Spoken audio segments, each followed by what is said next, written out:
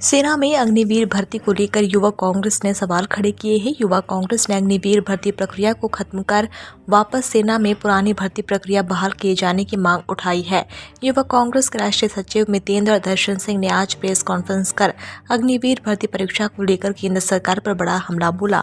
उन्होंने कहा कि आज अग्निवीर भर्ती प्रक्रिया के नाम पर देश के हजारों युवाओं को साथ छलावा किया जा रहा है। देश का युवा देशभक्ति का जज्बा लेकर सेना में भर्ती होना चाहता है, लेकिन अग्निवीर भर्ती उसका मनोबल तोड़ रही है।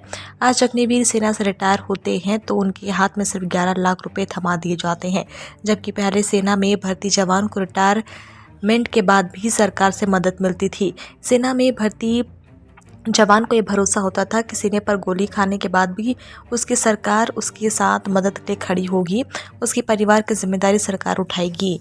युवा कांग्रेस के राष्ट्रीय सचिव मितेंद्र सिंह अपने साथ अग्निवीर को भी लाए थे। अग्निवीर मनोज सिंह भदौरिया ने बताया कि किस तरह से देश सेवा में शामिल होना चाह रहे लाखों युवाओं के सपनों को चूर चूर किया जा रहा है। नए भर्ती नियम लागू किए जा रहे हैं, आयु सीमा घटाई जा रही है। उन्होंने भी सरकार से अग्निवीर स्कीम को खत्म कर सेना में परमानेंट नियुक्तियां करने की मांग की है। उद्देश्य है कि हमारे बगल में खड़े हुए वो आर्मी के जवान हैं जो भर्ती दे रहे हैं और जिनकी 1.5 लाख में भर्ती नहीं हुई है। वो एक आर्मी मैन खड़े हुए हैं पीछे, जिन्होंने पुराने तरीके से भर्ती की है और आज वो जानते हैं कि पुरानी भर्ती से उनके परिवार को क्या फ़ायदा है, और ये आज के नौजवान जानते हैं कि अग्निपथ से उनके परिवार को कितना कष्ट होने वाला है। ये कोई राजनीतिक टॉपिक नहीं है, ये एक राष्ट्रवाद के लिए एक विचार है, एक चिंता है कि अगर 4 साल जो 25% की भर्ती आप कर रहे हो और बाकी 75% को आप निकाल रहे हो, उससे जो पहले 70,000 की भर्ती होती थी अब जो 40,000 की भर्ती है, तो आपने तो 30,000 लोगों को अनएम्प्लॉयड कर दिया। नंबर 1। नंबर 2, पहले मेडिकल फैसिलिटी दी जाती थी जवान को, आपको पेंशन दी जाती थी, आपको ग्रेच्युटी दी जाती थी, और सबसे बड़ी बात सिक्योरिटी क्या कि अगर वो सीने पे गोली खाएगा जवान तो उसको पता है उसकी परिवार की रक्षा करने के लिए देश बैठा हुआ है। और आज वो भावना खत्म हो गई है, जहाँ पर देश उसके परिवार की रक्षा करने के लिए नहीं बैठा है, वो एक बिजनेस डील दे रहा है कि आपको 11,71,000 रुपीज़ मिल जाएंगे। उनसे पूछिए इनको वो चाहिए कि नहीं चाहिए। तो सही मायने में ये आपको बताएंगे कि अग्निवीर से इनको कितना फायदा और इनके परिवार को क्या फायदा।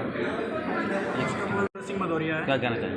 मैं बताना चाहूँगा, फर्स्ट ऑफ ऑल अग्निवीर का सिस्टम में बताना चाहूँगा। पहले जो परमानेंट में हुआ करता था, बंदा रिटायर होके आता था, तो उसको उसके परिवार को, बच्चों को, मम्मी पापा को, सबको मेडिकल फैसिलिटी MH द्वारा और ECHS द्वारा मिलती थी।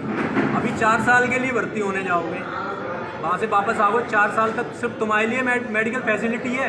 रिटायर हो गया हो ना, तुम्हारे लिए भी नहीं है, ये पेंशन है नहीं है। क्या करोगे 4 साल बाद? फिर वही मेला लगेगा, दौड़ना है, पढ़ना है, जॉब सिक्योरिटी नहीं है। सर क्या बताऊँ?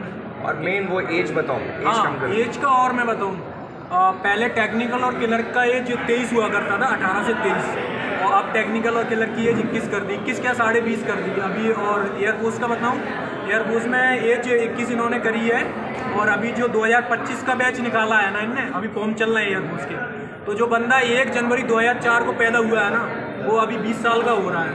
आप कैलकुलेशन कर लेना, 20 साल का ही हो रहा है। तो 20 साल में उसको मतलब एलिजिबल नहीं है, 2 जनवरी से मांग रहे हैं, 21 साल भी नहीं ले रहे। अग्निवीर का विरोध करते हैं, क्या करते हैं? ऑब्वियसली यार कर ही रहा हूँ।